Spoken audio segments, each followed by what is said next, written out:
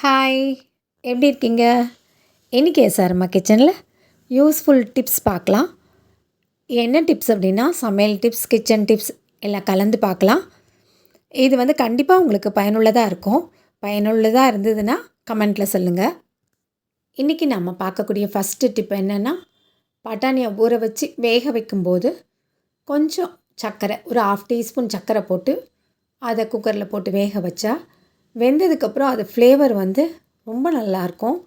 இதை ஒரு தடவை ட்ரை பண்ணி பாருங்கள், உங்களுக்கு தெரியும். அதுக்கப்புறமா நம்ம குருமா என்ன செஞ்சாலும் அந்த பட்டாணியோட வாசனை தனி வாசமாக இருக்கும். அடுத்த டிப் என்னென்னு பார்க்கலாம். புளிக்குழம்பு, காரக்குழம்பு இது வைக்கிறோம் அப்படின்போது குழம்பு வச்சு இறக்கிறதுக்கு முன்னால் நல்லா கொதித்து அது காயெல்லாம் வெந்து இறக்கிறதுக்கு முன்னால் திக்காக எடுத்த தேங்காய் பால் அதை கொஞ்சம் ஊற்றி அதை ஒரு கொதி வந்ததுக்கப்புறமா இறக்குனா அந்த குழம்பு ரொம்ப வாசமாக ரொம்ப டேஸ்ட்டாக இருக்கும்.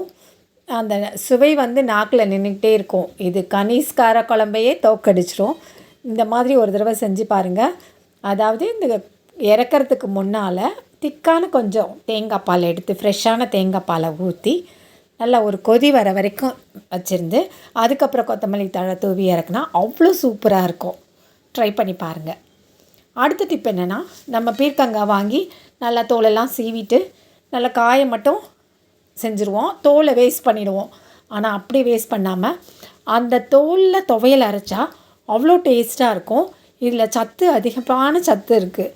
அதனால் அதை தூக்கி கீழே போட்டுறாமல் அதை நல்லா வதக்கிட்டு நம்மளுக்கு தேவையான பொருள்கள்லாம் வச்சு இந்த மாதிரி துவையலாக அரைச்சி சாப்பிடும்போது ரொம்பவே டேஸ்ட்டாக இருக்கும். இந்த டிப் உங்களுக்கு பிடிச்சிருக்கோன்னு நினைக்கிறேன்.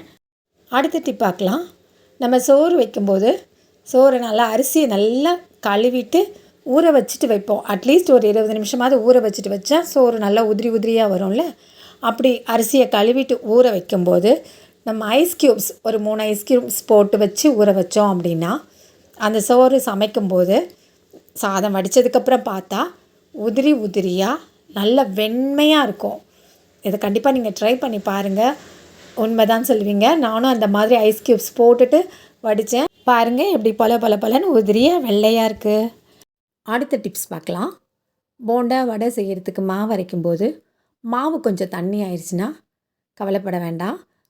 1 டேபிள் ஸ்பூன் வறுத்த பச்சரிசி மாவு இருந்ததுன்னா அதை போட்டு நல்லா மிக்ஸ் பண்ணிவிட்டு செஞ்சால் வடையோ போண்டாவோ கரெக்டான பக்குவத்துக்கு சரியாக வந்துடும்.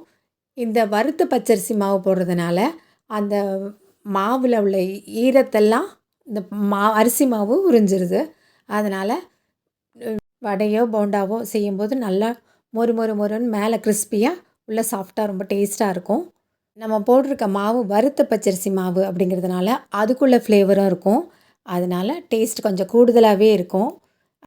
வறுத்த அரிசி மாவு இல்லைன்னா கொஞ்சம் மைதா கூட சேர்த்து செஞ்சு பாருங்கள். அடுத்தது, இப்போ நம்ம மீன் குழம்புலாம் வைக்கிறோம். மீன் குழம்புலாம் வச்சு முடித்தாச்சு. இப்போ என்ன பண்ணலாம், கடைசியாக நம்ம இறக்கும்போது அதாவது மீன்லாம் வெந்து எல்லாம் இறக்கிறதுக்கு கொஞ்சம் முன்னால் அப்படியே அதில் தேங்காய் எண்ணெய் அப்படியே ஊற்றி, அதாவது 1 டேபிள் ஸ்பூன் இல்லை 1.5 டேபிள் ஸ்பூன் அப்படி மேலே ஊற்றி விட்டுட்டு அது ஒரு கொதி வந்ததுக்கப்புறம் அப்படியே மூடி வச்சு இறக்கி வச்சோம் அப்படின்னா அந்த குழம்பு கமன்னு வாசமாக இருக்கும். இதை கண்டிப்பாக நீங்கள் ட்ரை பண்ணி பாருங்கள். அதை போட்டு கிண்டுன்னு கொட்டக்கூடாது. இப்படி சட்டி அப்படி அசைச்சி விட்டால் போதும். நீங்களும் ட்ரை பண்ணி பாருங்கள். நம்ம செஞ்ச அதிரசம் ரொம்ப ஹார்டாக உடைக்கவே முடியல அப்படின்ற அளவுக்கு யாருமே சீண்டாதபடி அப்படியே இருக்கா, ஒன்றுமே கவலையே பட வேண்டாம்.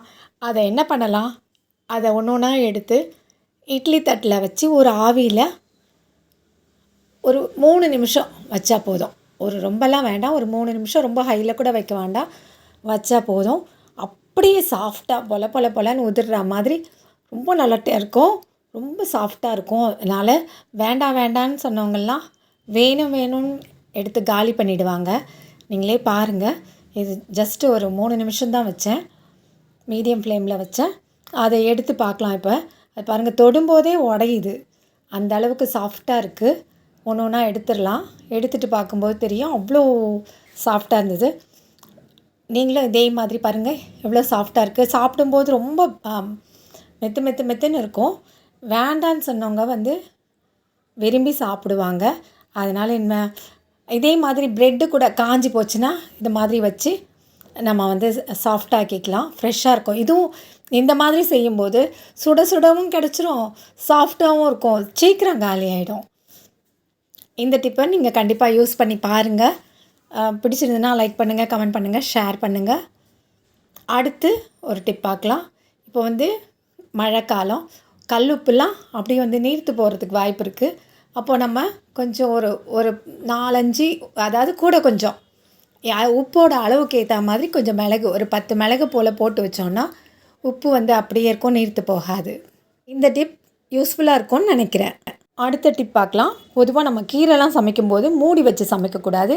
ஏன்னா கீரை வேகும்போது ஒரு வித நச்சு காற்று வெளியேறும். இப்போ நம்ம மூடி வச்சு சமைக்கும்போது அந்த காற்று வந்து அதுலேயே தங்கிடுறதுக்கு வாய்ப்பு இருக்குது. அதனால் எப்பயுமே கீரையை மூடி வச்சு சமைக்கக்கூடாது. அடுத்த டிப் பார்க்கலாம். நம்ம பூண்டு நிறையா உரிக்க வேண்டியிருந்ததுன்னா, ஏதாவது பிரியாணி எல்லாம் செய்கிறதுக்கோ இல்லைன்னா பூண்டு குழம்பு செய்கிறதுக்கோ நிறையா உரிக்கணும் அப்படின்னா அப்படியே எடுத்து உரித்தா கஷ்டமாக இருக்கும். அதை அப்படியே எடுத்து ஃப்ரிட்ஜில் ஒரு நாள் வச்சுருந்துட்டு அதுக்கப்புறம் நம்ம உரித்தோம் அப்படின்னா ரொம்ப ஈஸியாக உரிக்க வந்துடும்.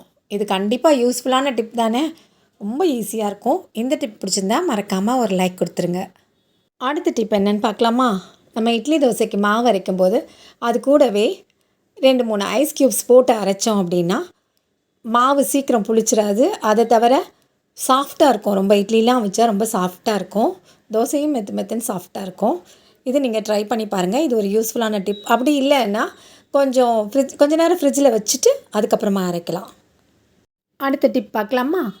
நம்ம முட்டை வேக வைக்கும்போது லேசான விரிசல் இருந்தால் கூட அதுலேருந்து அந்த லிக்விட்லாம் பிரிஞ்சு வந்து அப்படியே அந்த தண்ணியெல்லாம் ஒரு மாதிரி இருக்கும், ஷேப்பே மாறி ஒரு மாதிரி இருக்கும். அதை தடுக்கிறதுக்கு 1 ஸ்பூன் வினிகர் போட்டோம் அப்படின்னா ஊற்றினோம், அந்த தண்ணியிலையே ஊற்றி வேக வச்சா அது வந்து அந்த மாதிரிலாம் பிரிஞ்சு வராது. நீங்களும் ட்ரை பண்ணி பாருங்கள். இது ஒரு யூஸ்ஃபுல் டிப்பாக இருக்கும்னு நினைக்கிறேன். உங்களுக்கு பிடிச்சிருந்ததுன்னா இந்த வீடியோவுக்கு ஒரு லைக் கொடுத்துருங்க, மறக்காமல் கமெண்ட் பண்ணிடுங்க. இன்றைக்கி நான் சொன்ன 12 டிப்ஸும் பயனுள்ளதாக இருக்கும் அப்படின்னு நம்புகிறேன். உங்களுக்கு எது பிடிச்சிருந்தது அப்படிங்கிறத கமெண்ட்டில் சொல்லுங்கள். இந்த வீடியோ பிடிச்சிருந்ததுன்னா மறக்காமல் லைக் பண்ணுங்கள், கமெண்ட் பண்ணுங்கள், ஷேர் பண்ணுங்கள். இன்னும் அம்மா கிச்சனை சப்ஸ்கிரைப் பண்ணாதவங்க உடனே சப்ஸ்கிரைப் பண்ணுங்கள். பக்கத்தில் இருக்க பெல் சிம்பிளை ப்ரெஸ் பண்ணி ஆல் கொடுத்து வச்சுக்கோங்க. அப்போ தான் நான் போடுற வீடியோஸ்லாம் உடனுக்குடனே நோட்டிஃபிகேஷனில் வரும். நான் போட்டிருக்க வீடியோஸ் 1000 தாண்டிருச்சு. இது வரைக்கும் நீங்கள் கொடுத்துருக்க ஆதரவுக்கு மனமார்ந்த நன்றி. இது மேலும் தொடரணும்னு விரும்புகிறேன். மீண்டும் சந்திப்போம். நன்றி, வணக்கம்.